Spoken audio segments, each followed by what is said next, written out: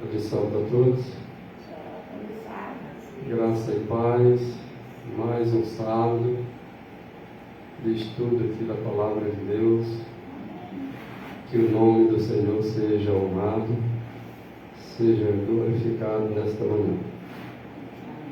O tema hoje é bem interessante. Faz algum tempo que a gente falou sobre isso, mas hoje nós vamos falar sobre festas e prazeres proibidos. As igrejas hoje, elas estão envolvidas com o mundo. O mundo entrou na igreja. Em vez da igreja converter o mundo está convertendo as igrejas. Portanto, nós vamos falar nisso que o mundo está trazendo para as igrejas. O mundo tem trazido festas, tem trazido os prazeres que são proibidos pela palavra de Deus. Nós iremos falar exatamente sobre essas proibições, na qual se refere o assim diz o Senhor. Segundo o que está escrito, começando em Mateus capítulo 5, versículo 13, a palavra de Deus nos diz o seguinte: vós sois o sal da terra.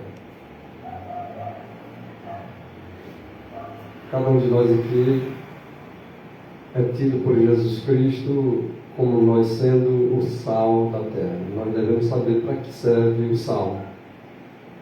Para dar o sabor. Se colocar sal demais, não é bom. Se ficar insosso também não presta. Então tudo na temperatura ideal, no equilíbrio. Se o Jesus Cristo disse que nós somos o sal da terra, nós devemos fazer essa função que o sal faz, dar o equilíbrio.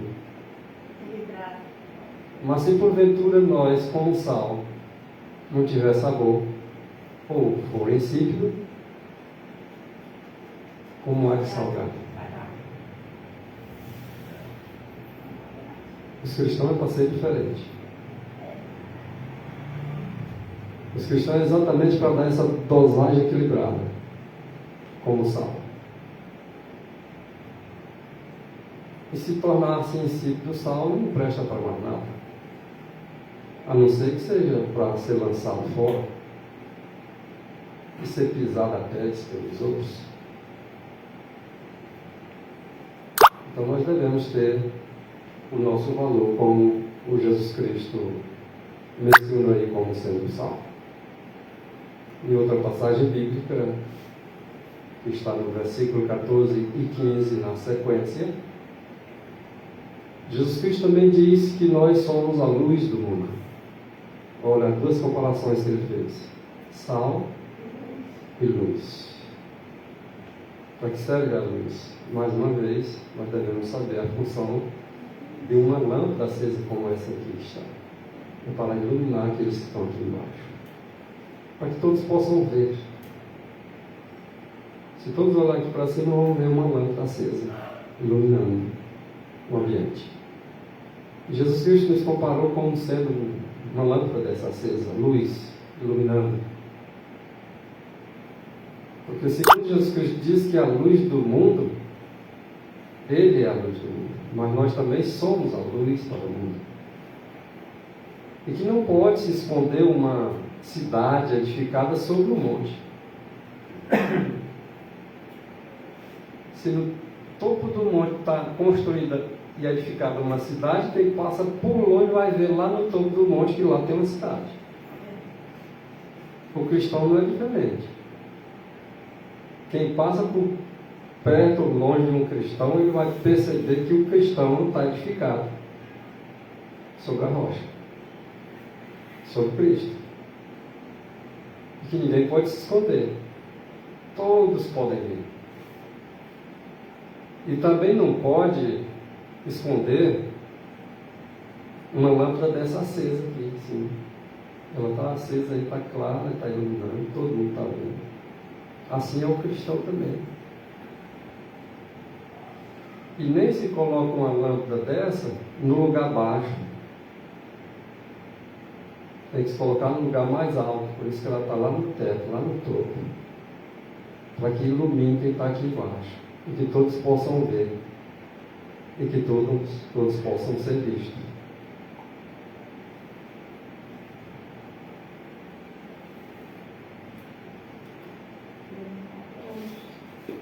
E Jesus Cristo mesmo disse, em João capítulo 13, versículo 15, porque eu vos dei o exemplo,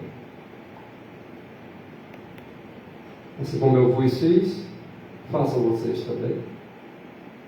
Ele é o sal, ele é a luz, e nós podemos ser como ele, sal e luz. Então Jesus Cristo é o nosso exemplo em tudo que nós formos fazer, devemos copiá-lo.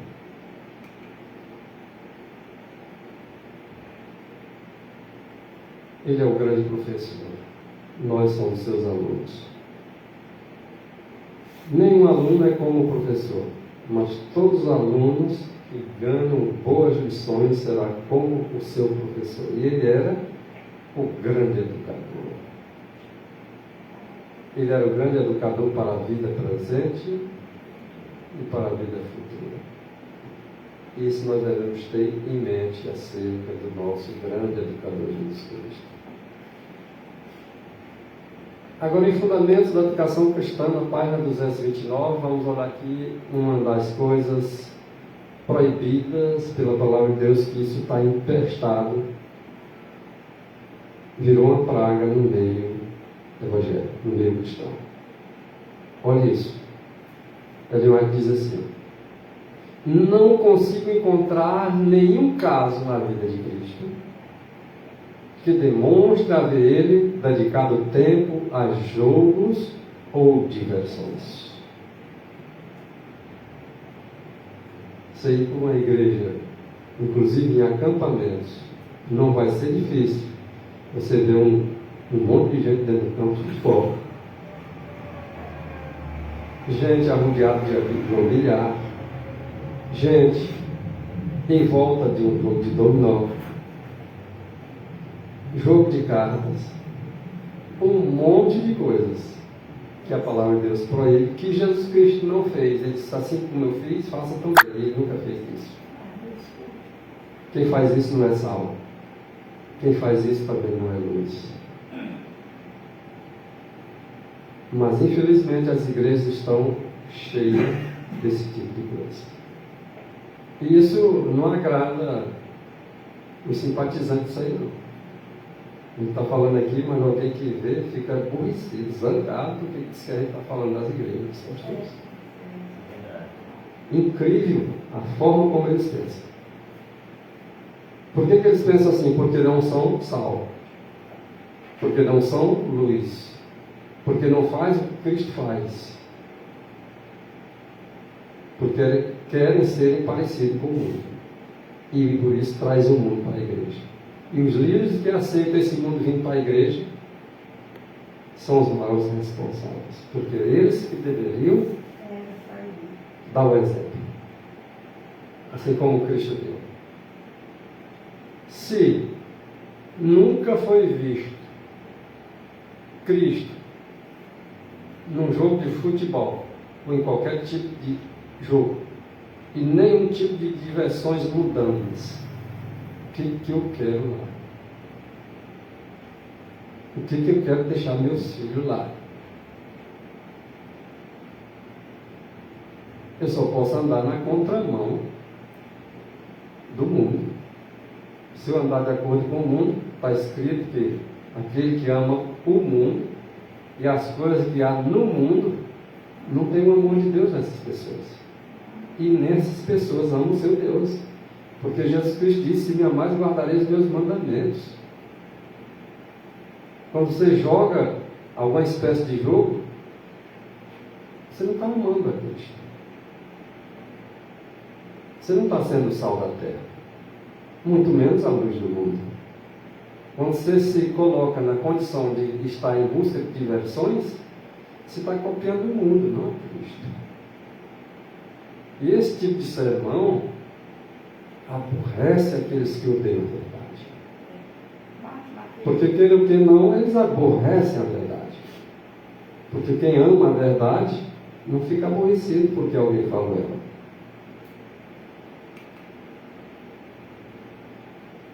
E diz ainda, fundamento da educação cristã, na página 229. Na sequência, aí ao texto anterior. Não tenho conseguido encontrar nenhum caso em que ele, Jesus Cristo, tenha ensinado os seus discípulos a se empenharem na diversão do futebol, por exemplo. Futebol. Ou em qualquer um outro tipo de jogo, de competição, com a finalidade de fazer exercício físico. Você pega pastores que fazem competição de futebol, de campo e de salão, e muitas das vezes aí, no que se refere aos Estados Unidos, aqueles jogos brutos, né? Que ele pega aquela bola e lança para lá e os outros ficam se amontoando em cima do outro. Jesus nunca foi visto com esse tipo de jogo, de competição. Hoje as igrejas estão cheias de líderes fazendo competição igreja contra igreja. E ainda dizem que são servidores de Cristo. É uma farsa. São falsos cristãos, falsos pastores, falsos servidores.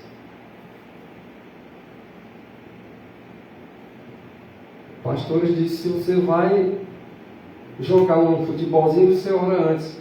Mas, gente, uma coisa que Deus não autorizou, eu vou orar por aquilo? Não, eu preciso me exercitar, eu preciso fazer exercício físico, vai caminhar. Vai dar uma corridinha, tu não quer fazer o exercício físico? Não, mas só serve para bolas. Que desculpa, né? Não bater no outro, né? Exato. Aí entra no ringue, vai jogar boxe um com o outro, achando que aquilo ali é exercício físico. É impressionante, né? Mas porque tem um que fica zangado, fica chorando, fica triste, e os outros alegres, isso é uma coisa. sempre tem um que vai querer ganhar, né? Ninguém quer perder. Mas o que Ellen White viu, segundo está escrito, nós sabemos que é assim, que ela não conseguiu encontrar nenhum caso em que Jesus ensinou seus discípulos a fazer tais coisas, como jogar futebol ou qualquer outro tipo de jogos de competição com finalidade de fazer exercício físico. Queremos fazer um exercício físico saudável? Nós temos outros meios. Daqui a pouco vamos ver qual é o meio mais prático. Mas, por exemplo, Cristo era nosso modelo em todas as coisas. Se ele não foi visto ensinando os discípulos a fazer, por que nós vamos fazer e por que nós vamos ensinar? Cristo, o Redentor do mundo, deu a cada um a sua obra e ordena a cada um o seguinte: negociai e ficai ocupados, né? Até que eu venha. Ocupado em quê? Em jogo de futebol? Em jogo de diversões? Não. Ocupai não nessas coisas. Isso aí é o mundo que se ocupa com isso. O povo de Deus não, eles se ocupam em outras coisas. Cada um tem a sua obra a fazer. Deve estar ocupado nessas obras, nessa obra de Deus a fazer. A ser o sal da terra, a ser a luz do mundo, a dar exemplo como Jesus Cristo deu, a ser diferente, peculiar, separado de todos os outros povos. Que desperdício, que dispêndio que as pessoas perdem de energia quando é feito um tipo de exercício dessa forma. numa partida de futebol. Que desperdício o ser humano perde de energia jogando bola. Existem pregadores que muitas das vezes saem suado, aborrecido do meio do campo, já na hora de ir para a igreja, chega lá ainda é o pregador. Que coisa. Vai pregar e vai jogar bola. Exatamente, que coisa. Que coisa. Sem falar que eles podem quebrar a perna e passar meio, cortado, não fazem nada. Quem jogou bola já sabe que tem xingamento, que tem aborrecimento, que tem ira, que tem zanga, tem todo esse tipo de coisa. E acha que isso é vida cristão. Um irmão que professa ser cristão, ele está fora desse tipo de coisa. Qualquer tipo de invenção gentílica, qualquer caráter gentílico, essas invenções não estão com os verdadeiros cristãos. Eles estão fora desse tipo de coisa. Posso aqui estar falando, alguém pode estar me ouvindo aqui na internet, você parece que não está falando de mim. Qualquer um que tiver no meio das invenções. Não é eu que estou falando. É a palavra escrita que está repreendendo, está orientando. E quem é sábio, aceita o conselho. Quem não é sábio, possivelmente vai se revelar.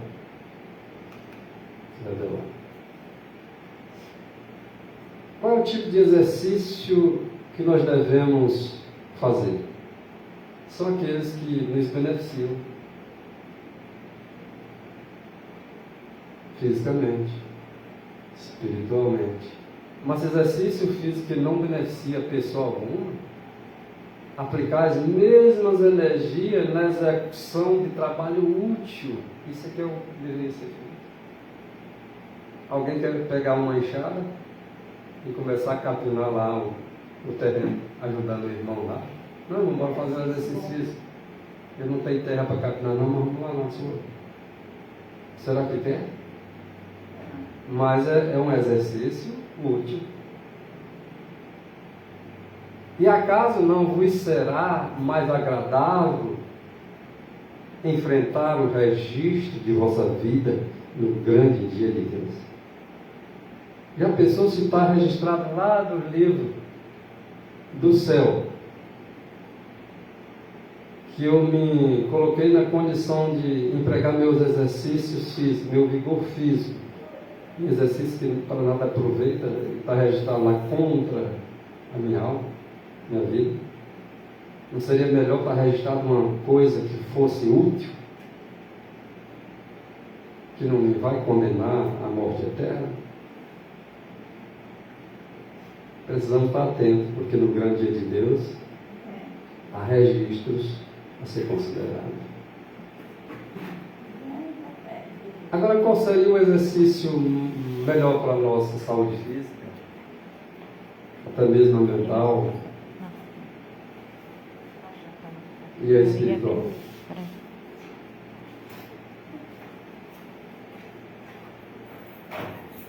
Uma caminhada. Uma caminhada. Os melhores exercícios de caminhada. Ainda que seja no inverno, que quando está chovendo não é bom, porque está molhado, a dificuldade é tremenda. Mas mesmo que fosse no inverno, a caminhada seria ainda mais benéfica à saúde do que todos os remédios que os médicos possam prescrever. Qualquer remédio, todos os remédios que os médicos poderiam prescrever, isso aqui é bom para isso, isso. A caminhada seria mais benéfica para a saúde do que tudo isso. E nós não entendemos o benefício que faz uma caminhada. Às vezes negligenciamos um remédio de Deus bem prático e nós negligenciamos. Mas aí está o conselho, uma caminhada, mesmo que não esteja no inverno, é mais benéfico.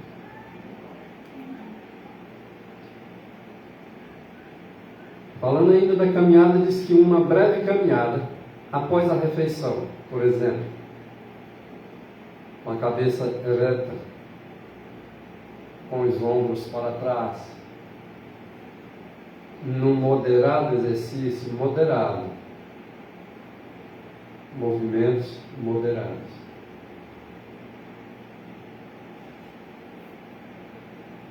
É grandemente benéfico.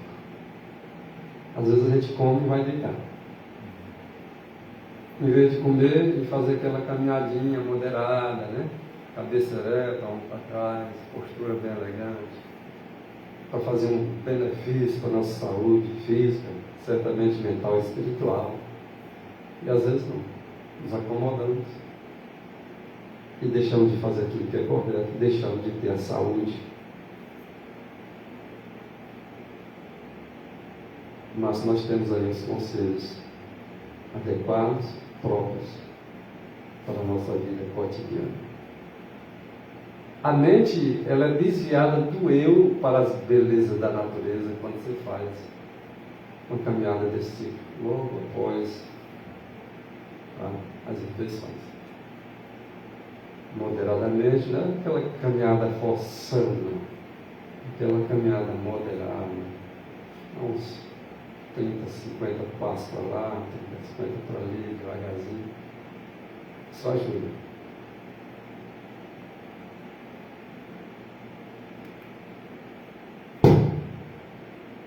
Para os que podem fazer esse tipo de caminhada, inclusive andar a pé, é melhor do que de condução. Não, vou dar uma voltinha ali no carro. Não, vai de pé. Vai lá no final do quarteirão, meia, volta. Porque se você anda a pé, os músculos e as veias, elas se tornam mais capacitadas a desempenhar o seu trabalho. Você termina de comer, vou dar uma voltinha ali, mas vai dentro do carro, não volta. Qual é o esforço? Qual é o benefício? Qual é o desempenho aí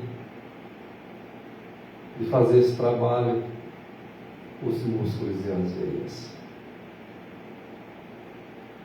Haverá aumento de vitalidade quando você faz a caminhadinha a pé. Por isso que é preferível o a pé do que a de condução.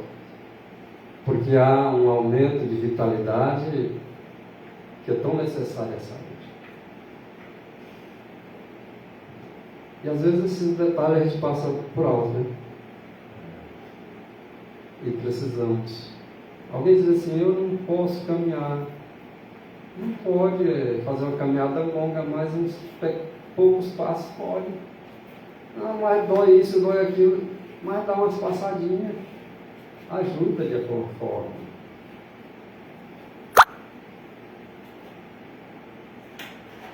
Mas alguém se sente inútil, né? Pode sentir alguma coisa que fica inutilizada. Bom, o exercício físico. Essa caminhadinha feita ao ar livre, no meio da natureza, era isso que deveria ser prescrito pelos médicos, inclusive. E devia ser isso prescrito como uma necessidade vital, vigor físico, mental, espiritual. Esse exercício físico ao ar livre, que é tão vital à nossa saúde, para tal exercício, nada há melhor do que o cultivo do solo. Aí, irmão? Acabei de falar ainda agora na enxadinha, né? Não quer enxadinha não? Facãozinho rabo de galo. Uma pazinha fazendo um canteiro, um enxadetezinho, uma alavancazinha. Mas quem é que quer? Alguém dizia assim, da roça eu já vim. Não sabendo que chega logo em breve o proibido de comprar e vender. E nós vamos ter que estar colocando em prática essas verdades. Porque a princípio tem que sair da cidade. A princípio não vai poder comprar nem vender. Vai ter que se adaptar ao campo. E do campo tem muito solo para cultivo.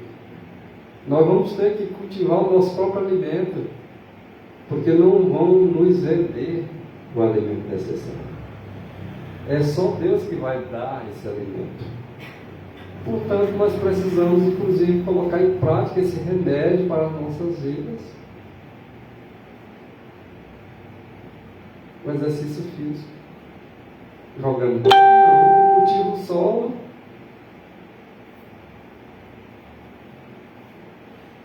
Isso aí é útil. Jogo de bola não é útil. E tem outros de caráter antigo que também não é útil. O solo tem muita coisa boa para a gente botar em prática no que diz respeito a exercício físico ao livre. Aqueles que combinam o trabalho útil com o lidar com o solo, com o estudo, eu não tenho tempo que estar só estudando,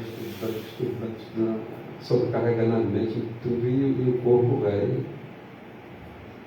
Não, eu tenho que exercitar a mente e o corpo.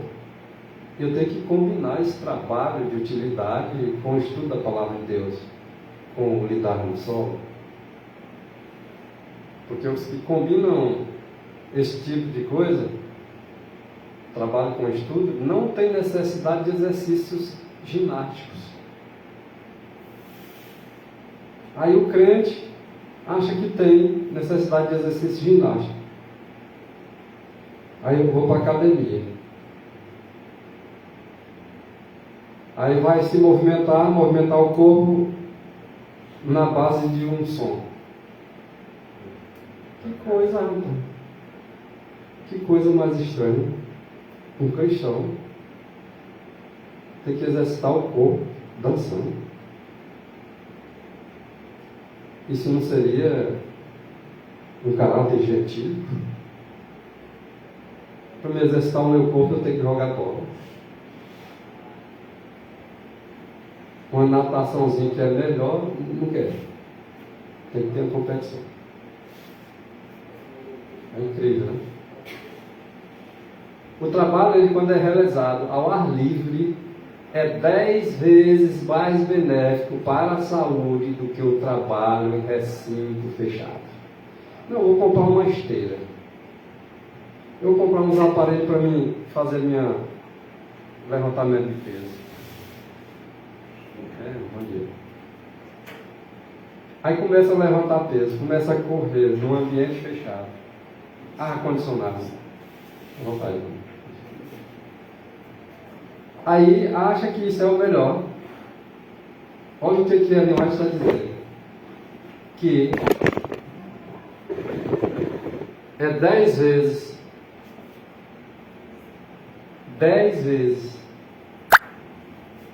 mais benéfico quando é feito o exercício ao ar livre. Se é 10 vezes mais benéfico, qual deveria ser a minha escolha? Fazer um exercício físico com base em ginástica, no ambiente fechado, ou ao ar livre, lidando com o sol?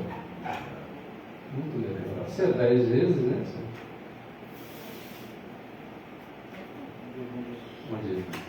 Aí isso nós temos que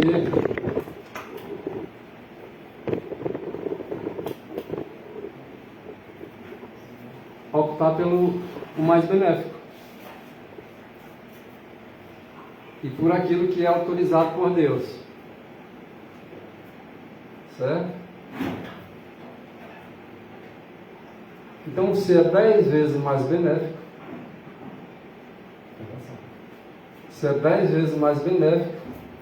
para a minha saúde, então eu vou optar pelo que é 10 vezes mais benéfico para a minha saúde. Assim, quando ele é fechado, ele é menos útil do que o ar livre. Mexendo com o solo, um solzinho, que também é outro remédio. As pessoas não querem tomar sol, querem fazer exercício físico sem tomar sol, em ambiente fechado, e isso é menos útil. Mais útil mesmo, 10 vezes mais, é conforme vocês estão vendo aí. Quando é realizado o exercício ao ar livre, se torna o quê? 10 vezes mais benéfico. Tanto o mecânico como o agricultor, eles fazem exercício físico. Qual é o exercício físico do mecânico? Aperta a porta, desafrouxa ela, pega uma peça, bota no lugar, tira do lugar, faz movimento, o corpo inteiro, vai? O agricultor puxa a enxada, corta de foice, de facão, faz um serviço no solo aqui, faz um canteiro ali. Isso é o quê? O mais benéfico. Porque tanto o mecânico como o agricultor, como qualquer outra profissão, esses fazem exercício físico. Mas, contudo, o agricultor é o mais sadio dos dois. Por exemplo, aqui foi dado o exemplo dos dois, o mecânico e o agricultor. Mas, pode dizer, qual é o mais saudável por causa do exercício? Ao ar livre, natureza, trabalhando com benefício do corpo inteiro. Exercita os pés, as pernas, o braço, o cérebro, exercita tudo. Então, o mais sadio dos dois, entre o mecânico e o agricultor, é o agricultor. O mais sadio. Nada menos que o ar e a luz, que são dois remédios de Deus, ar puro e luz solar, são meios saudáveis da natureza, e isso satisfará plenamente os reclamos do organismo. O mecânico, ele pode ter os benefícios, mas nunca tem que nem tem o agricultor. Porque o agricultor está trabalhando com o solo, ao ar livre, tomando aquele solzinho necessário, e isso vai satisfazer de forma plena os reclamos que o seu organismo necessita. Quem quer mexer com roça, né? O cultivador do solo, ele encontra em seu trabalho cultivando todos os movimentos que se podem praticar no ginásio. Não é o que se vê hoje? Vou para a academia. Às vezes o marido deixa a mulher ir para a academia. Não. Problema de cada um, né? Aí tem aqueles caras que vai educar lá, a primeira coisa que faz, né? É ensinar a fazer os movimentos, agarrando a mulher do outro por trás. Problema? Estou mentindo? Aí no ginásio, isso aí a gente sabe que é local fechado, segundo o que está escrito. É um exercício, mas não é útil. Mas, diz assim, rapaz, eu não posso capinar a frente da casa não, porque eu não gosto de capinar. Mas é um exercício aprovado por Deus que exercita todo o organismo. É por isso que é a contramão da coisa. É por isso que nós somos sal da terra e luz do mundo. Porque é exatamente o contrário, a contramão do mundo. Então deve-se cultivar o solo para fazer exercício físico, porque lá se encontra todos os movimentos que nós precisamos para o nosso corpo, para manter um exercício saudável, melhor do que o ginásio. Os campos são o seu local de exercício. Olha, qual o campo? Campo onde tem o solo para lavar ou campo onde tem uma bola para jogar? Aí, quando se refere ao campo para um verdadeiro exercício físico, é o campo lá onde tem natureza. Mas ali tem outros que se encantam pelos campos do futebol, onde nunca Cristo foi visto jogando bola, nem ensinando os discípulos a fazer tais exercícios. Ah, mas eu jogo minha bolinha para me exercitar. Não, é só desculpa. É um exercício aleijado. Como descanso ao estudo, ocupações ao ar livre, que proporcionam exercício ao corpo todo, são as mais benéficas. Então tem que fazer exercício físico para o corpo inteiro. No ginásio já estava isso aqui, eu vou fazer isso aqui para o bíceps, vou fazer isso aqui para a panturrilha, eu vou fazer isso aqui para isso aqui para aquilo.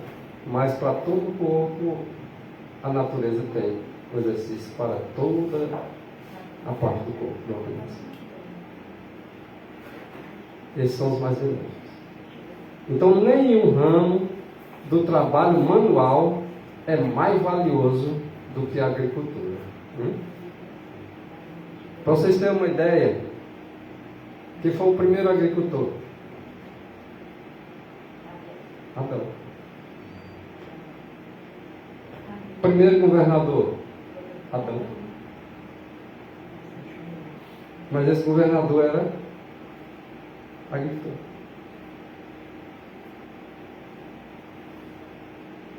Então, nenhum ramo do trabalho manual é mais valioso do que a da agricultura. E quando fala em agricultura, as pessoas dizem assim, de lá eu já vi.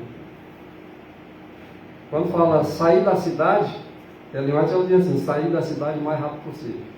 Eu me livre, vou ficar na cidade mesmo. Mas a escolha é cada um que vai fazer. Né?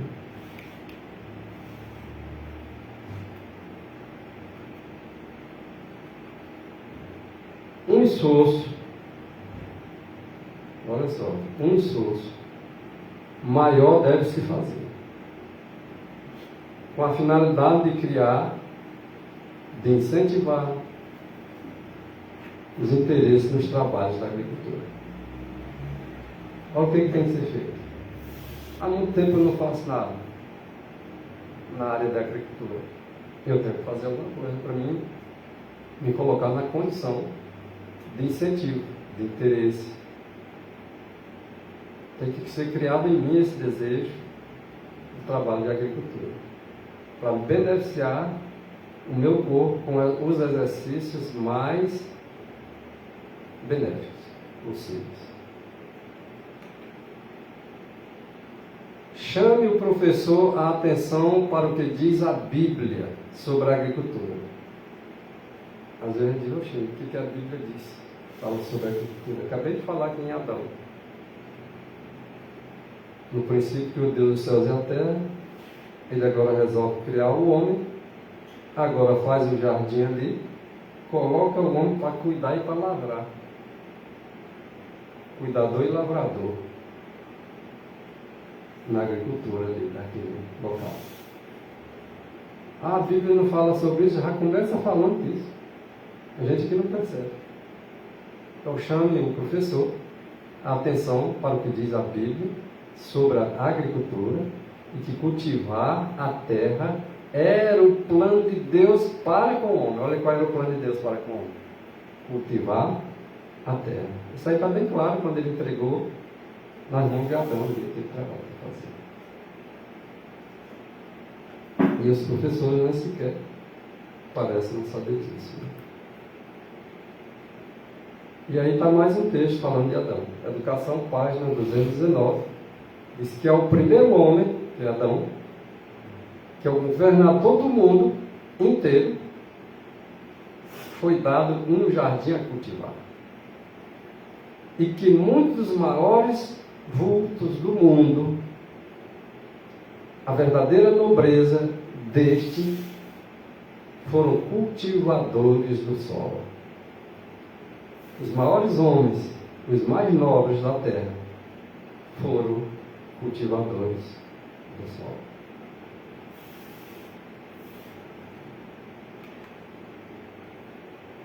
Quando os alunos da escola foram para os seus jogos de competição que nós vemos nas igrejas, inclusive igrejas que têm colégios, eles envolvem, os alunos em jogos de competição. Um colégio contra outro colégio, uma igreja contra outra igreja, pastores contra membros, membros contra pastores, e vão formando um time de competição. E agora, nessa competição, eles colocam ali o jogo de futebol como sendo parte aí desse exercício, dessa competição. E quando se absorvem na questão do divertimento, Satanás achou boa ocasião de entrar ali no meio, naquelas jogatinas, e neutralizar o Espírito de Deus. Olha, mas eu estou na igreja, mas neutralizado. Neutralizado por quem? Por Satanás. Porque Satanás neutralizou o Espírito de Deus com aquele espírito mundano que entrou ali, colocado por Satanás. E o objetivo ali é moldar e servir-se do agente humano. Muitas das vezes as pessoas dizem que estão fazendo serviço para Deus, estão fazendo um serviço para o diabo, moldando os alunos, ensinando aos alunos a se entreter com jogos competitivos e coisas do mundo que a igreja foi proibida de se envolver.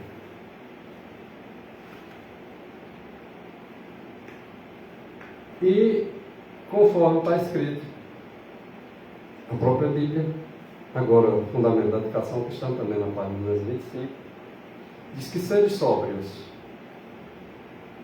e vigiai. É o que nós devemos fazer, né? Ser sóbrio e vigiar.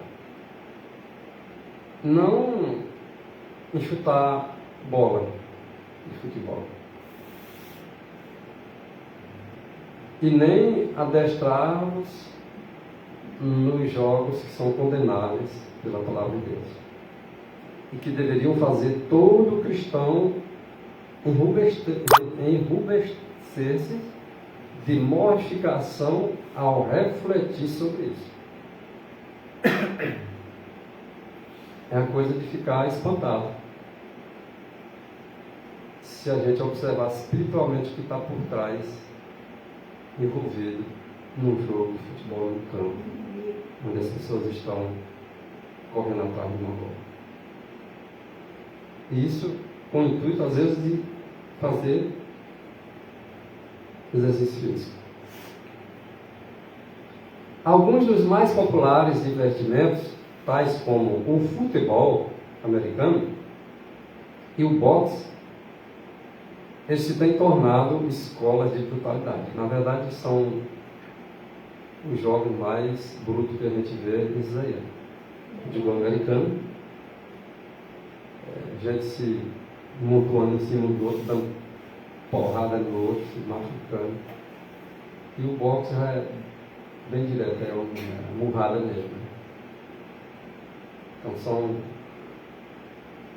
divertimentos aí que a gente observa que realmente é bruto. E tudo isso era condenado já pela palavra, né, de Deus, e que a irmã White escreveu em Conselho sobre Saúde, página 189, que realmente é assim. Partidas de cricket. Não sei se os irmãos entendem o que significa esse tipo de jogo. Cricket. Eu lembro aqui que numa certa igreja ali a gente vê esse jogo, né? Cricket. Futebol americano, aqui a gente não vê, nos Estados Unidos se vê muito, aqui vê futebol, esse campo tradicional, né? corrida de cavalo, também se vê muito nos Estados Unidos. Aqui a gente vê muita vaquejada, né? As pessoas maltratando os animais com espora, com chicote. São coisas que Deus reprova também. E isso estavam absorvendo a mente e ainda hoje absorvem. E de acordo com Salmo 101, verso 3, o que nós entendemos com esse texto? Suponhamos que cada um de nós aqui vamos ler o texto para nós. Aí você e eu vamos ler assim. Eu não vou colocar coisa má diante dos meus olhos. Mas todo dia de manhã, de repente, alguém está no pé da televisão olhando um Bandeira 2 ou um outro tipo de programa que é só coisa ruim.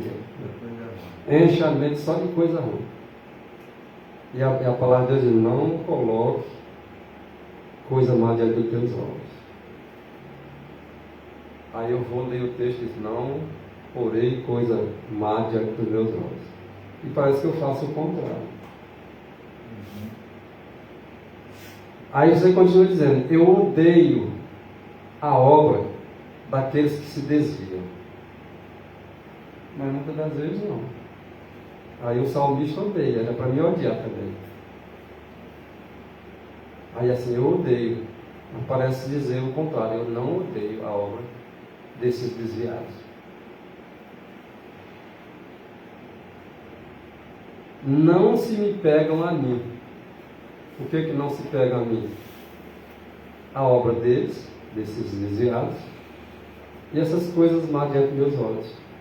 Não se me pegará essas coisas a mim. Mas se nós fôssemos viver só esse texto aqui, ainda está longe mais viver. Só esse.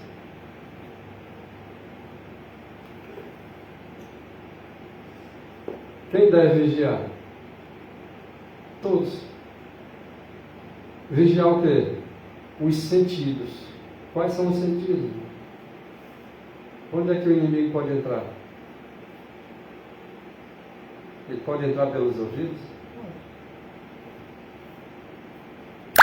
Ele pode entrar pelos olhos? Pode, se eu colocar coisa má diante dos meus olhos, ele vai acabar entrando pelos meus olhos. De forma...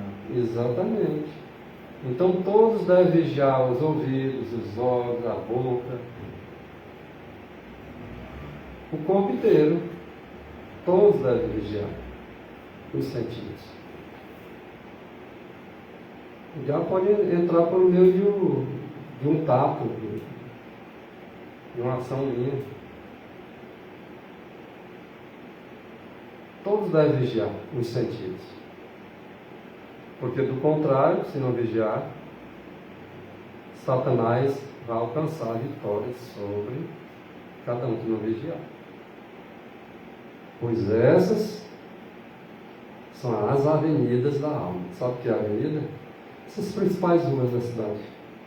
Se alguém conhece aqui Imperatriz, tem algumas principais ruas da cidade que são chamadas de avenidas. E o diabo geralmente ele vai entrar por uma avenida dessa, da alma. Qual é a avenida da alma? Os sentidos. Os teus olhos, os meus olhos, pode ser uma avenida. Ele vai entrar nessa avenida. Quando eu dou lugar para os meus olhos fazer aquilo que não se deve. Os ouvidos, através de um som, de uma música. A minha boca, através do que eu falo, até do que eu como, do que eu bebo. Pode ser uma avenida para mim. De forma que todos devem vigiar os sentidos.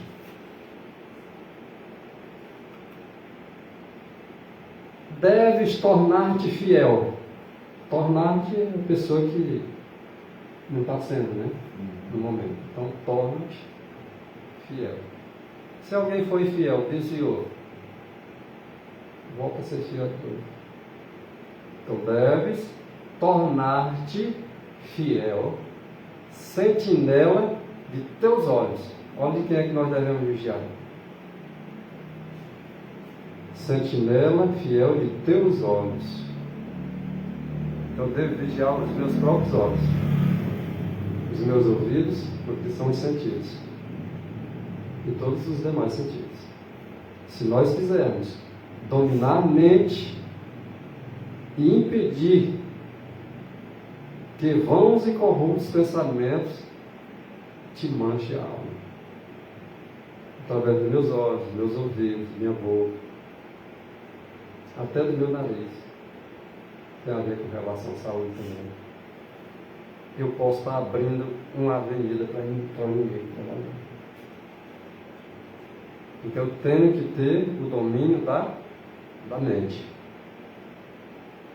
A gente coloca lutas, às vezes travada, lutas terríveis. Você tem que colocar-se na condição de vencedor, senão você é vencido.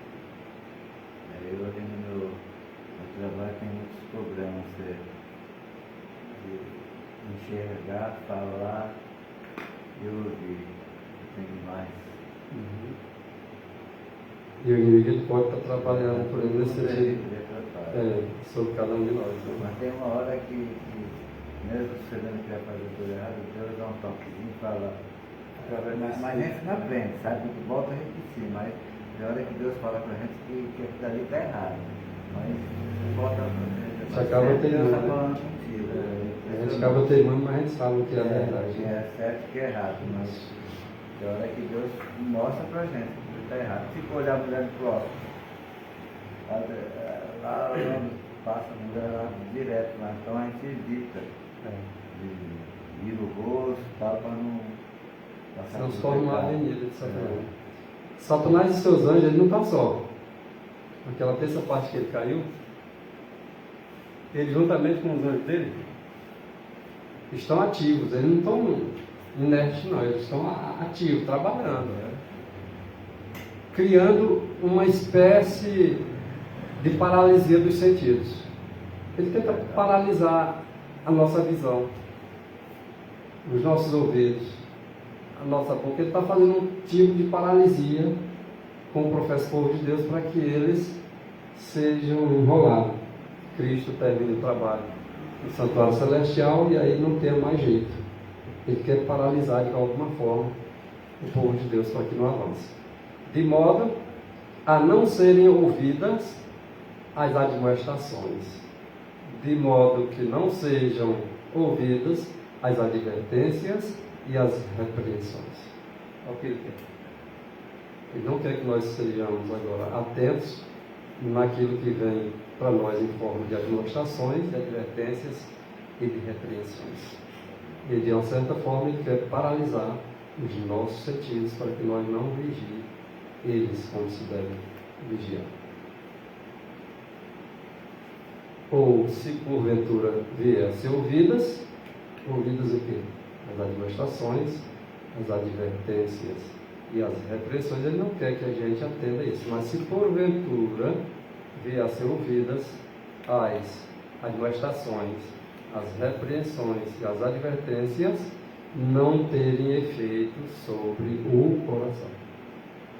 Por mais que a gente venha a ver tudo isso na nossa vida, de admoestações, de advertências e repreensões, mas que a gente não venha sentir isso no coração e não venha ter efeito. E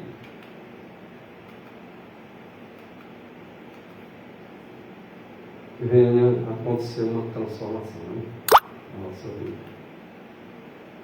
Proíbe-se ao homem conferir a qualquer outro objeto o primeiro lugar nas suas afeições ou no serviço.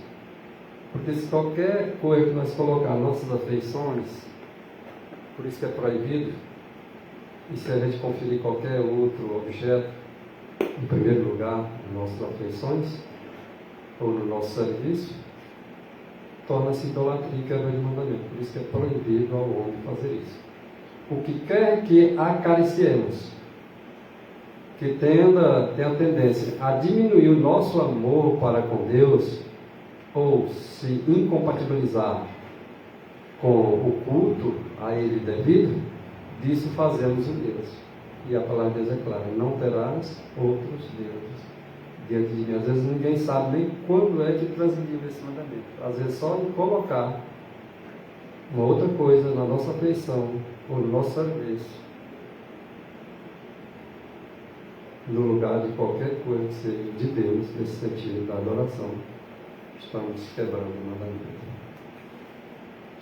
Qualquer coisa que se torne objeto de indevidos pensamentos e de indevidas admiração,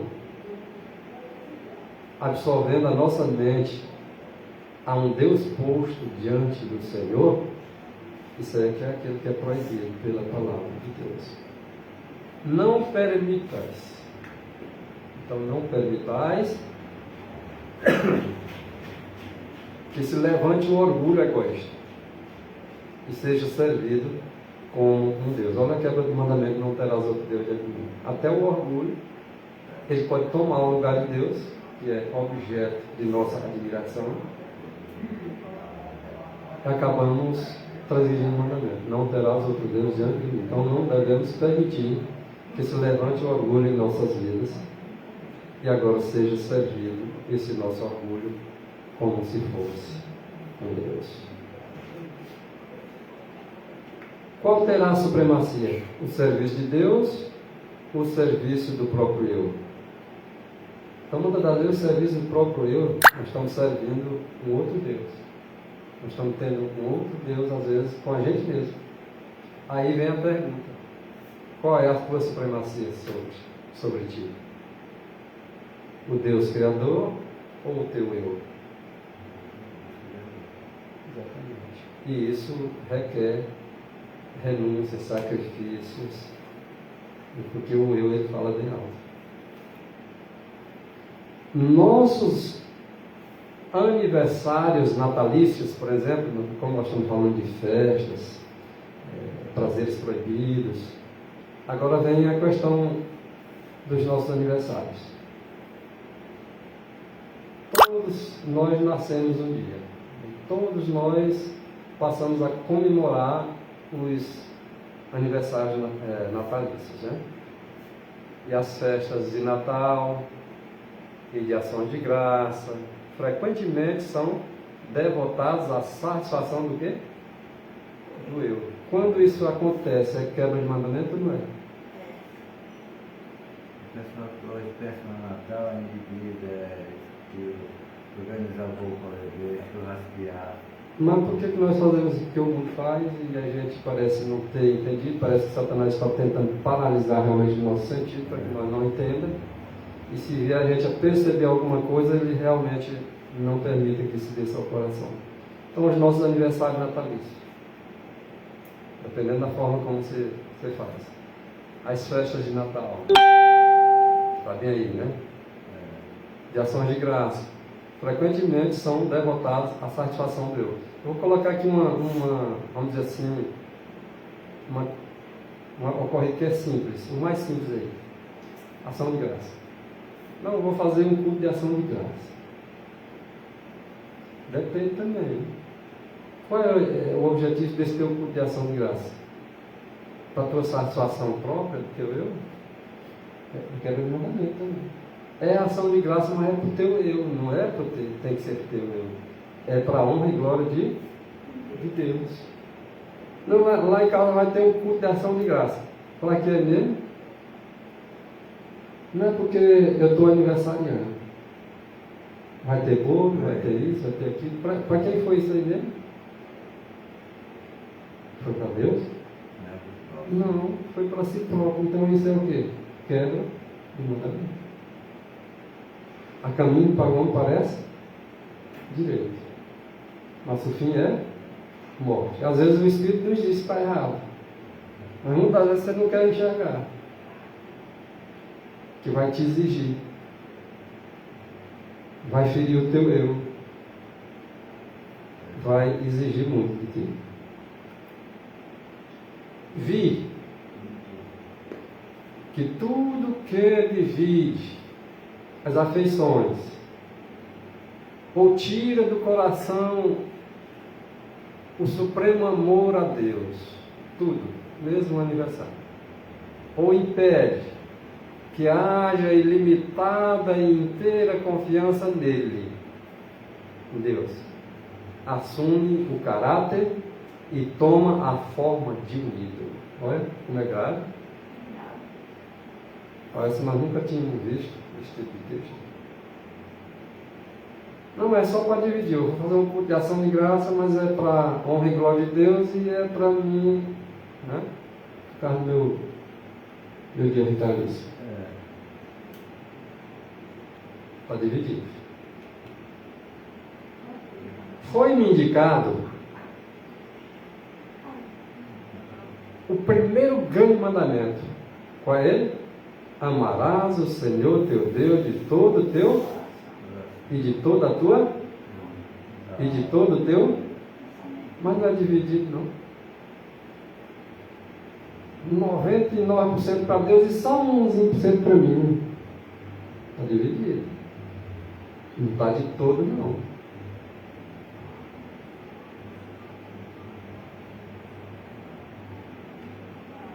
Mas aí, irmão, está errado. É a gente fazer o culto de ação de graça e no fim ter comida e bolo. É errado em todo o sentido de você acariciar o seu eu, ou dividir entre Deus e você. Porque dá para nós saber o que é a supremacia, se é para Deus ou se é realmente dividida entre Deus e a gente. Se a senhora faz um culto de ação de graça, e em qualquer seja a situação, você divide aquilo que deveria ser só devido a Deus, já está errado. O bom mesmo seria se não tivesse comida e bebida. Às vezes ele vai só por causa da comida e bebida. Eu vou, vai ter um bolinho. Não faço mais. Um caso desse que não tem bolo, irmão, um aniversário que é cheio de bolo, o que você acha que o pessoal vai escolher? Isso é querendo ou não, o eu está envolvido. Talvez é o que foi feito lá em casa, né? Quando eu vim mudar a minha casa, eu ia fazer uma projeção de casa. Só que eu não prometi para Deus que eu ia voltar comigo em casa. Aí teve alguém que ficou falando, a Josézinha comigo. E Maria, porque ele não serviu nada lá, porque eu fui ação de graça. Tipo, eu prometi, então eu disse que ia fazer projeção de graça, por isso que eu ia voltar comigo. Ação de graça para Deus, né? Fazer graça para os outros. Né? Agora assim dela fez, né? Tá certo, não pode dividir não. Então aí a Ellen White, ela viu que tudo que se divide, as afeições, ou mesmo se tira do coração o supremo amor a Deus, ou que impeça que haja ilimitada e inteira confiança em Deus, qualquer coisa que se tire uma vida e com isso assume o caráter, tá? E toma a forma de um ídolo. Cada dia a gente aprende mais um pouco. Eu não tinha visto isso, eu já fiz antes 3 vezes, foi 4. Mas não faço mais. E às vezes a gente até diz assim, não, vou fazer o seguinte, vem pagar o teu voto, né? Mas às vezes um voto que está envolvido, o eu juntamente com aquela devoção a Deus. E nunca agrada ninguém. Não. Porque sempre eu penso. Olha o que foi indicado para ela em White aí. Foi-me indicado o primeiro grande mandamento: amarás o Senhor teu Deus de todo. Esse texto aí nós lemos agora há pouco, tá? De todo, só presta atenção no detalhe: amarás o Senhor teu Deus de todo. Não é só 90%, 80%, 50%, não. De todo o teu coração, de toda a tua alma. É de toda. E de todo o teu pensamento. Todo. Nada menos que isso não vai ser. No outro, é difícil, né? Aí só o Espírito de Cristo pode nos guiar mesmo, porque nós mesmos chegamos no lugar nenhum. não é permitida nenhuma separação entre nossas afeições e Deus. Ó, não é permitida nenhuma separação de nossas afeições entre nós e Deus. Nada deve dividir nosso supremo amor por Ele ou por nosso deleite nele. Vossa vontade, vossos anseios, vossos planos, vossos desejos e os vossos prazeres precisam estar todos em sujeição. Todos. Muitos estão no terreno encantado do inimigo. Que terreno encantado é esse? O que é encantado? Já estão paralisados, dormindo, já estão no outro mundo. Coisas de somente importância, coisas insensatas, que são muitas das vezes reuniões insensatas, reuniões chamadas reuniões sociais. Muitas das vezes são cânticos, outras vezes são gracejos, outras vezes zombarias, que tudo isso a gente vê acontecendo nas igrejas. Absorvem-lhes a mente e servem a Deus com o coração dividido. Por exemplo, é um culto de ação de graça, mas lá tem cânticos que não é para honra de Deus, tem gracejo. Para que uma música, por exemplo, para honrar e glorificar a Deus? Vocês já ouviram, por exemplo, Dia das Mães? Aí fulano diz, eu vou cantar. Aí vai ele na frente para cantar. Cantar para quem? Para Deus? Algumas vezes não. Algumas vezes é para a mãe. Parece direito, né? Mas o que diz a palavra? Para outros, parece que não tem erro nenhum nisso. Mas para quem é a música? Para honra de quem? É de toda a alma, de todo o coração, para Deus, ou é para dividir com a mãe, com o pai, com o aniversário, sei lá?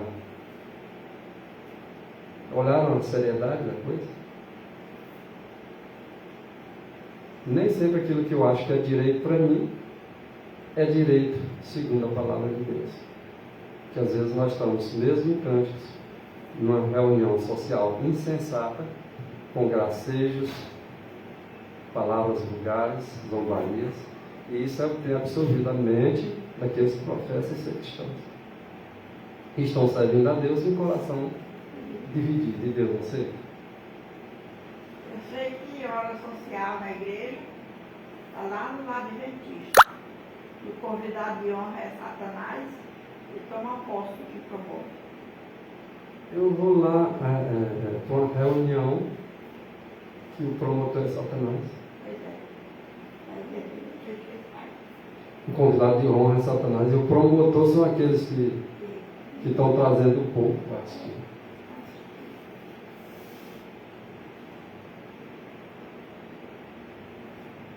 Vocês são radical. E eles, naquele tempo, de fazer lá, e a gente tinha reunião lá em casa, eles tinham raiva, porque nós não íamos. Disse que ele estava dividido a igreja, ficaram com raiva também de parte disso. Ele disse que a hora que precisava lá, a gente estava lá em casa, reunido, no começo, quando nós reunimos, assim. Mas a hora social é só graça deles, é só.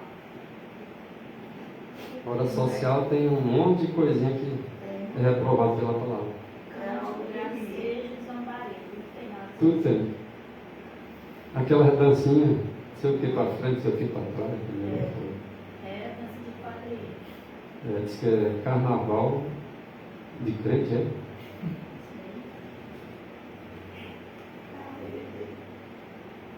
Então,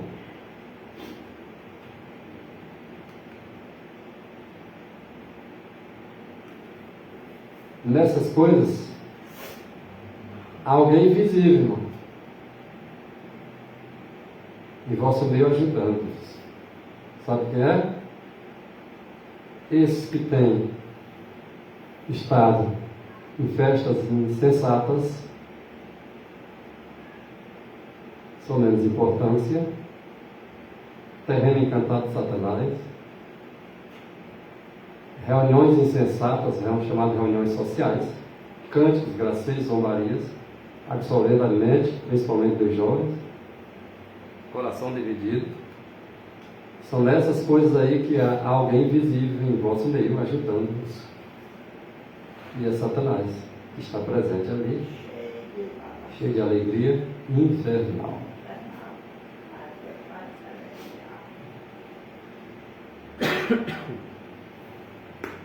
Professos cristãos, que dizem ser cristãos, de caráter e experiência religiosa superficiais, são pelo tentador usados como engodo. Esta classe de pessoas está sempre pronta para as reuniões sociais, ou reunião de esporte, jogo de futebol, jogo de competição, e sua influência atrai os outros também. Esses são agentes de Satanás. Convidado especial convida, eles promovem essas festas e levam outros ao terreno encantado.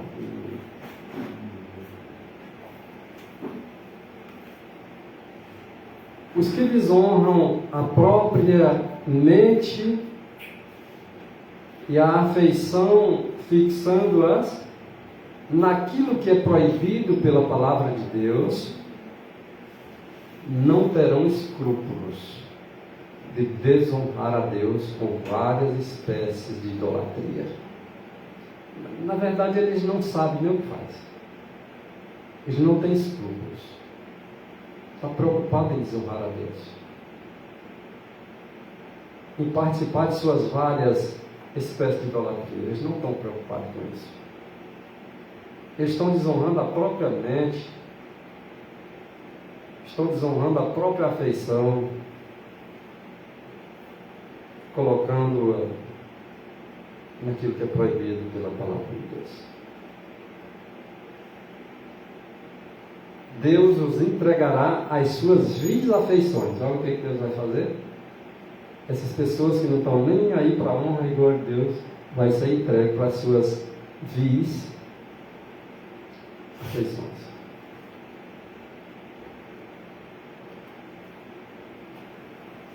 O amor, ele não é irrazoável. O amor, ele é razoável. O amor não é cego. O amor, ele é puro e é santo. O amor puro, ele introduzirá a Deus em todos os seus planos e estará em perfeita harmonia com o Espírito de Deus. Não existe divisão nele. Ele não é razoável e irrazoável ao mesmo tempo, não. Ele não é cego e puro e santo ao mesmo tempo. Ou ele é uma coisa ou é outra. Ou é o verdadeiro amor, ou é o amor falso. Não existe meio termo. Tem que ser o amor puro. Esse é que tem que ser introduzido a Deus em todos os planos dele. Tudo que a gente for fazer tem que estar de acordo com o plano de Deus, em harmonia com o seu Espírito. Mas a paixão do coração natural é coisa totalmente diversa. Porque a paixão do coração natural é irrazoável, é cego, será obstinada, será precipitada. Isso aqui é a paixão. Ela é irrazoável, ela é desafiadora de toda restrição. Para alguns, quem tem amor, a restrição não faz parte do amor. E a restrição tem que ter. O verdadeiro amor, nele existe restrição. Se eu não amar o meu próximo, não tenho amor. Então é condicional. Tem restrição. Se existe o se. Se eu sei que tem que fazer o bem e não faço, eu pego. Então, se eu sei que tem que fazer o bem e não faço, eu não tenho amor. Então, para mim ter amor, eu tenho que fazer o bem. Quem tem amor faz o bem. Então, além de ser irrazoável, essa tal de paixão, desafiadora de toda restrição, e também torna o objeto de sua escolha um ídolo. E dizem que é um amor, e na verdade, amor falso, né? Acaba tornando um ídolo, porque desonra a Deus, desonra a sua própria mente, desonra a sua afeição e quer aprovar tudo aquilo que a palavra de Deus reprova e acaba se tornando um objeto da sua escolha, como um ídolo. Quantos têm o coração tão cheio de ídolos que não tem espaço para o Redentor do mundo? Quantos? Não tem muitos que estão com o coração tão ocupado de ídolos que não tem espaço algum para Cristo.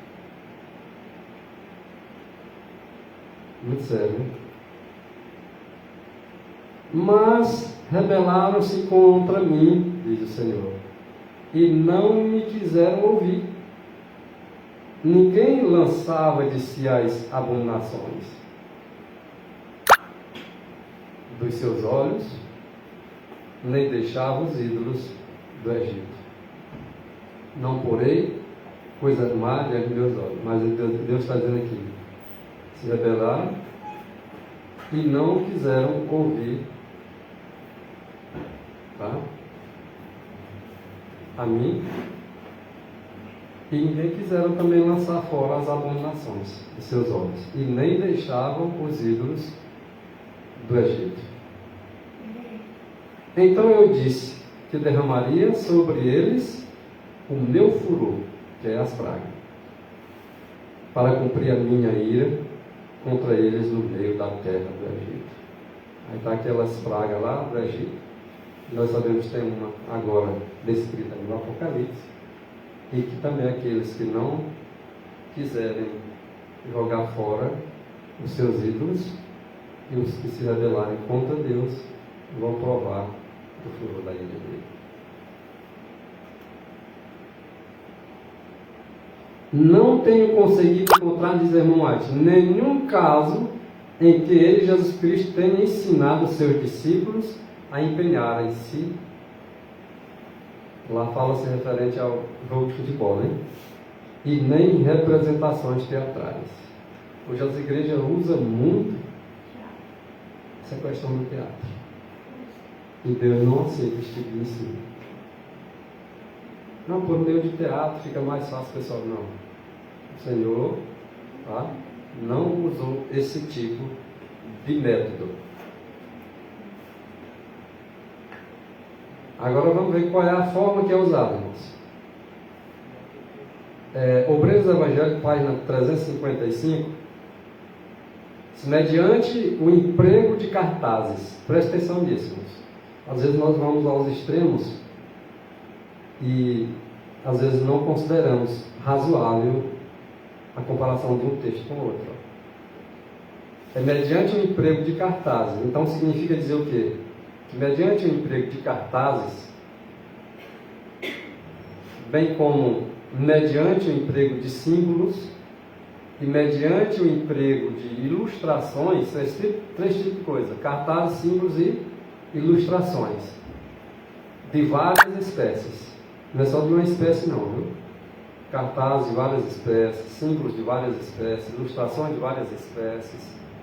O pastor pode fazer a verdade destacar-se clara e distintamente por meio de cartazes, símbolos e ilustrações de várias espécies. A verdade pode ser destacada de forma clara e distinta. Isso é um auxílio e está em harmonia com a palavra de Deus. Alguns não podem botar nenhuma imagem de nada. Quebra de mandamento. E cartazes, símbolos e ilustrações.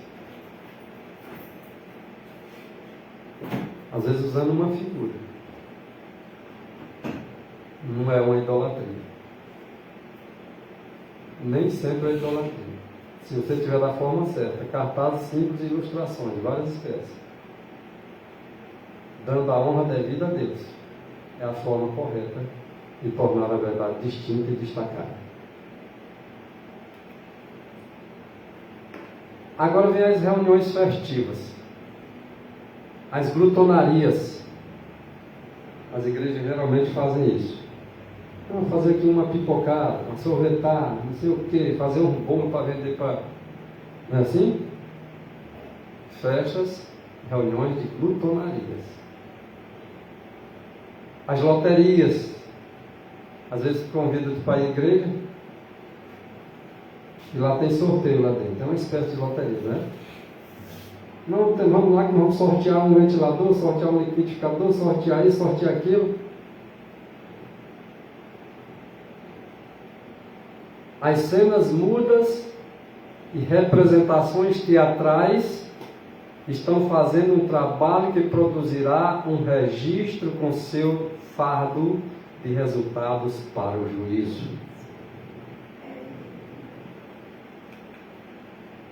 Todas estas inconsistências, chamam de coisas inconsistentes, sancionadas pelos professos cristãos, debaixo de uma roupagem de beneficência cristã, quando aparentemente parece ser feita para o bem, a fim de coletar recursos para pagar despesas da igreja, tem sua influência sobre a juventude, tornando-a, essa juventude, amante dos prazeres mais do que amante de Deus. Olha quem é o incentivador dessa juventude, os próprios líderes. Agora vamos citar aqui algum exemplo com essa roupagem de beneficência, como sendo inconsistente, que é sancionada pelos professos cristãos. Chamado de inconsistência cristã, professo, com a finalidade de coletar recursos para pagar despesas na igreja. Vamos citar aqui algum exemplo disso. Qual é um tipo de recurso coletado para pagar despesas da igreja? Se a igreja entrou numa dívida e tem, por exemplo, prestações de alguma coisa a pagar, e alguém acha correto levar algo para leiloar. Parece direito, parece. Não, vamos fazer aqui um sorvete, bolo e vender para o pessoal para ajudar a pagar a despesa. Parece correto, parece. O problema é que 14 vezes está caminho para o parece direito. Mas segundo o texto aqui, do deserto da tentação, a página 82, não parece direito não, né? Isso aí. Parece direito para as pessoas, mas para a palavra de Deus não. Qual seria o fim? Essas pessoas que procuram fazer isso, elas pensam se os cristãos podem incentivar estas loterias e se interessar nelas e em cenas de festividades, de jogos a fim de ganhar dinheiro para propósitos especiais. Frequentemente o lugar consagrado para o culto divino é profanado por festanças em que come e se bebe. Já viram isso nas igrejas? Local de culto a Deus, de pregar ali, eles fazem as suas festas e comem e bebem. E angaria fundos para pagar despesas de igreja. Compra e vende. E as pessoas se divertem. As igrejas hoje viram o local até de levar os mortos para lá. Passar a noite com o morto na igreja. Era assim no princípio.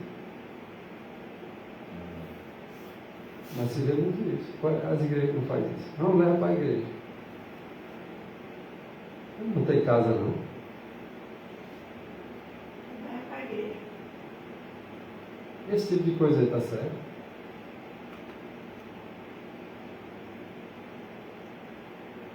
Dessa forma desaparece na mente dos jovens o respeito à casa de Deus e também acontece o desrespeito para com o culto, agora enfraquecendo o domínio próprio.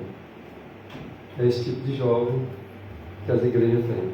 Agora vem o egoísmo, vem o apetite, vem o amor à ostentação, agora tudo isso são estimulados e fortalecem-se com a prática. E essa prática torna-se o seu caráter. Foi-me mostrado que os adventistas do sétimo dia, os observadores do sábado, não se devem meter em seguros de vida. Outro ponto aqui que nós vamos tocar. Seguros de vida. Se hoje as pessoas lá na igreja fazem uma viagem, todos têm que fazer o seguro de vida. E cadê aquele que nos garante o seguro? Quem é o nosso seguro?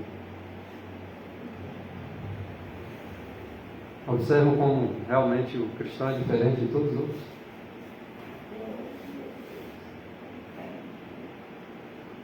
Foi-me mostrado que os adventistas sétimo, ou seja, os guardadores do sábado, não se deve meter em seguros de vida. É que você não viaja nem para o outro lado do rio. Pode ter que fazer. Eita. Seguro de vida. Isso, se o profeta povo de Deus fazer, é o quê? Um comércio com o Senhor aprova? Está dizendo aí que o Senhor não aprova. Se Ele não aprova, eu vou me enganar os outros que Ele aprova? Os que se empenham nisso estão se unindo ao mundo. Ao passo que Deus chama o seu povo a sair do mundo e a ser separado do mundo. Olha a diferença. Isso, um simples o quê? Seguro de vida. Quando Cristo, que é a vossa vida, é o vosso seguro, se manifestar, então também vós vos manifestareis com Ele em glória. Eis o único quê? Seguro de vida. Sancionado pelo céu. Olha qual é o seguro de vida que nós temos.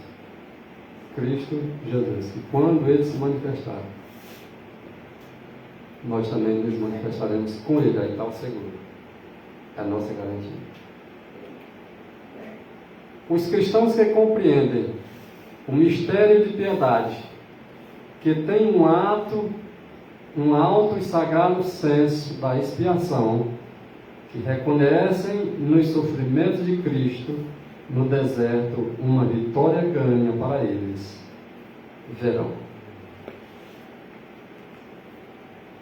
verão tão assinalado contraste entre estas coisas e as reuniões da igreja em busca de prazeres e condescendência com apetite, que se voltariam com desgosto destas cenas de festanças. Os cristãos deveriam fortalecer-se grandemente, comparando honesta e frequentemente sua vida com a verdadeira norma, a vida de Cristo. Essa é a norma.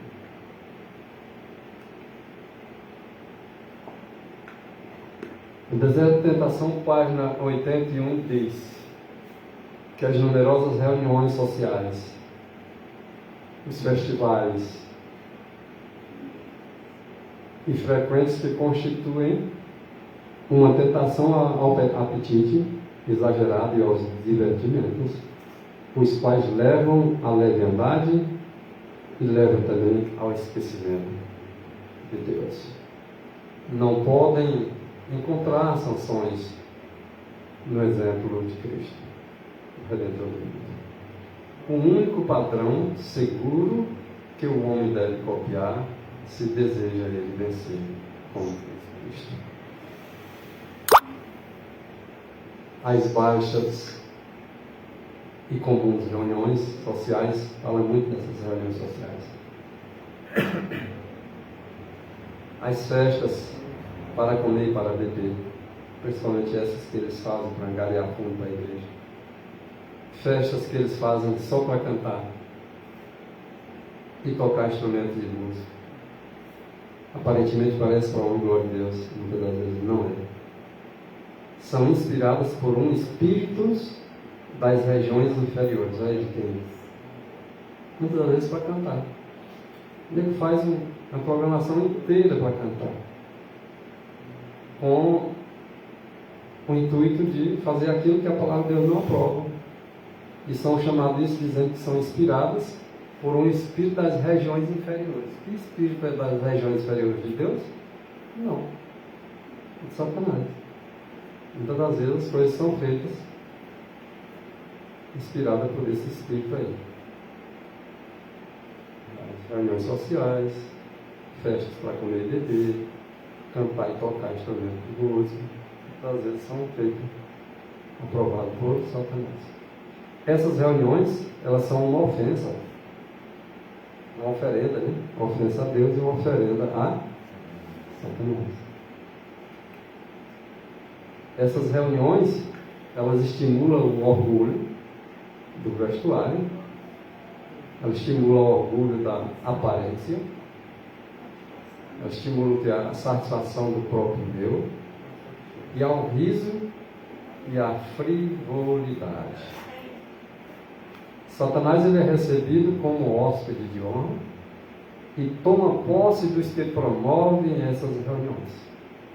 Olha, não é o promotor, não foi o pastor tal, foi o líder tal. Pois Satanás toma posse dessa lei. Porque Satanás é o hóspede de honra nessas festas. O termo quermesse, para quem não conhece o termo quermesse, quermesse deriva da palavra quermesse com K, querque, que é igual a igreja, messe, que é igual a feira. Feira de igreja, né? Sua origem está ligada à religião católica, como festa do santo padroeiro da paróquia do aniversário da igreja.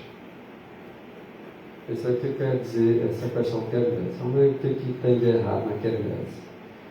Festa de igreja, feira de igreja. Quermesses são festas realizadas por igrejas em diversas épocas do ano, de acordo com cada paróquia, com o objetivo de arrecadar fundos para manutenção da igreja e promoção de ações sociais. Isso aí. Reuniões, festas para comer, para beber, no sentido de arrecadar fundos para a igreja pagar alguma coisa. Isso é quermesse. E segundo está escrito quermesse, tem a aprovação divina? Já que nós vamos ver depois da Wikipédia que está dizendo, geralmente inclui manifestações culturais, geralmente inclui barracas de sorteios.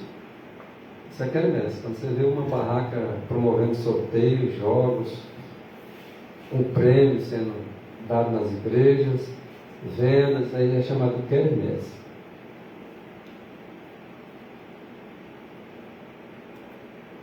São festas, né? Feiras de igreja. Isso aí já a gente vê que é errado. Agora, o piquenique, o que é um piquenique? É um passeio ao local ao ar livre. Isso é um piquenique. Tem alguma coisa errada de piquenique?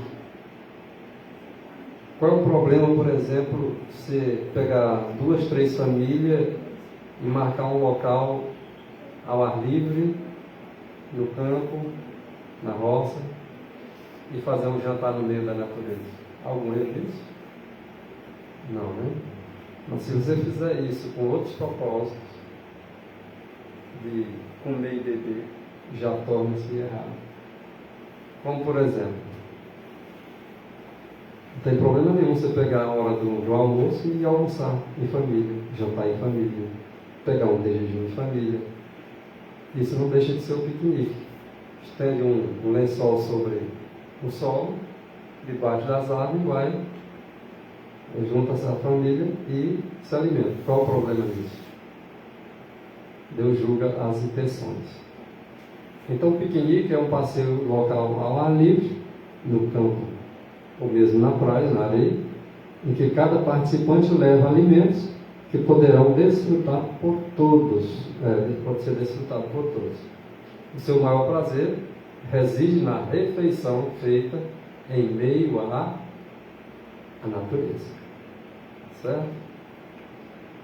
Agora, Colossenses 2, verso 8. Agora tem cuidado, para que ninguém vos faça presa sua, por meio de filosofias e vãs subtilezas, segundo a tradição dos homens, segundo os rudimentos do mundo e não segundo Cristo. Então nós temos que ter cuidado na hora de fazer um piquenique, não está fazendo segundo o rudimentos do mundo, mas fazendo segundo Cristo. Agora, quando se corrompeu a primitiva igreja, se afastando da simplicidade do Evangelho, e agora aceitando os ritos e os costumes pagãos, perdeu o Espírito e o poder de Deus, foi perdido.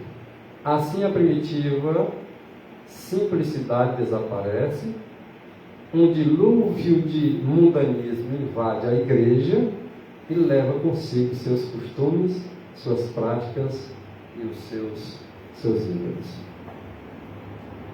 O grande conflito, na página 385,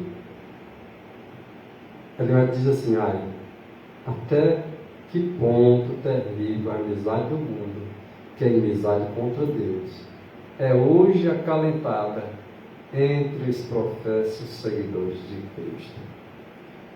Quão largamente se tem as igrejas populares de toda a cristandade afastado da norma bíblica da humildade, abnegação, simplicidade e piedade. Em João 2, versículo 15, diz: não ameis o mundo, não ameis também as coisas que no mundo há, porque se alguém ama o mundo ou as coisas que no mundo há, o amor do Pai não está nele. Pois o Senhor disse: pois este povo se aproxima de mim e com a sua boca e com os seus lábios me honra. Só com o lábio, mas o coração se afasta para longe de mim. E o seu temor para comigo consiste só em mandamentos de homens, em que foi instruído. Então, os líderes que instruem o povo a seguir mandamentos de homem, está enganando, suscetível a cair no buraco e levar outros a cair junto com eles. Porque um cego e outro cego, ambos cairão no mesmo barranco. Porque deixando o mandamento de Deus, retenes a tradição dos homens, como o lavrado dos jarros e dos copos, da quais tinham costume, e fazeis muitas outras coisas semelhantes a lavar os jarros e os copos. Os claros mandamentos de Deus em sua palavra são descartados porque são considerados comuns e ultrapassados. Então, enquanto as teorias vãs e vagas atraem a mente e satisfazem a imaginação, é assim que está as igrejas hoje. Nesses cenários de festividades na igreja, há uma união com o mundo que a palavra de Deus não justifica. Cristianismo e mundanismo estão unidos nessas reuniões. Concorda? No deserto da tentação. Página 83. Mandamos-vos, porém, irmãos, em nome de nosso Senhor Jesus Cristo, que vos aparteis de todo irmão que anda desordenadamente. Olha isso. Um convite, um mandamento. Mandamos-vos, em nome de Jesus Cristo, se aparte de todo irmão desordenado. E não segundo a tradição que de nós recebe. Recebeu a tradição de Cristo? Está de acordo, todo mundo junto? Mas outro vem, se rebela, vai na tradição do homem e esquece a tradição de Cristo? A ordem é o quê? Se apartar. Mas nós não temos aqui ganhar o irmão. Ganhar o irmão quando ele quer ser ganho, né? Quando ele ouve. Se vocês fossem do mundo, o mundo amaria. Que era seu, mas porque vocês não sois do mundo, antes eu vos escolhi do mundo, por isso é que o mundo odeia vocês. Então, aquele que quer servir a Deus e servir ao mundo, o mundo fica satisfeito por ele. Agora, se for querer servir só a Deus, o mundo vai ficar te odiando. A igreja está no mundo e deve realizar uma obra pelo mundo. Mas as portas da igreja não devem ser franqueadas ao mundanismo. Olha a diferença. A igreja está no mundo. Porém, as portas da igreja não devem ser franqueadas ao mundanismo. Não, o mundo, deixa o mundo vir e vamos praticar o mundanismo. Não. Está franqueada ao mundanismo. Porém, aberta para o mundo, mas não para vir trazer as coisas do mundo. Foi-me mostrado, olha outro detalhe, foi-me mostrado que o espírito do mundo está levedando rapidamente a igreja. Rápido. Levedando, fermentando. O espírito do mundo agora está virando um fermento na igreja. E vocês estão seguindo o mesmo caminho que o antigo Israel. Olha, está dizendo para a igreja aí, ó, vocês, igreja, estão seguindo o mesmo caminho do antigo Israel. Esses sermões são duros. Tem gente que não pode suportar. Chegaria a dia que eles não suportariam a sã doutrina. E esse tempo já chegou. A mesma rebelião do antigo Israel ao seu santo chamado, como o povo peculiar de Deus. Sua concordância com o mundo, sua concordância com os descrentes, tem provocado o desprazer de Deus. Sua negligência em seguir a luz, que nós somos a luz, a negligência de em seguir a luz, colocará numa posição mais desfavorável que os judeus. Olha aí. Não, mas isso aí não é para nós não, é só para o povo lá do passado. Mas aí o texto está dizendo aqui: a negligência em seguir a luz nossa hoje nos colocará numa posição mais desfavorável que o daquele tempo. Sobre quem Cristo pronunciou uma maldição. Não, mas a maldição de Jesus não vai pronunciar a maldição sobre nós, não. E esse texto aí, apaga ele? Tem outra forma de interpretar o texto? Não vejo nenhum. Quando o Salvador viu no povo judeu uma nação divorciada de Deus, viu também uma professa igreja cristã, unida ao mundo e ao papismo. Qual foi essa igreja que ele viu aí? Vamos aplicar para outras igrejas. Vamos aplicar para o passado. Aí que vai dizendo, quando Jesus Cristo ele viu lá no povo judeu, como nação que se divorciou de Deus, agora ele olhou para o futuro e também viu uma igreja professa cristã lá nos últimos dias, que estava unida ao mundo e unida ao Papa. Aí eu vou dizer, não, isso aí não é para nós não. E o texto, como é que se interpreta o texto?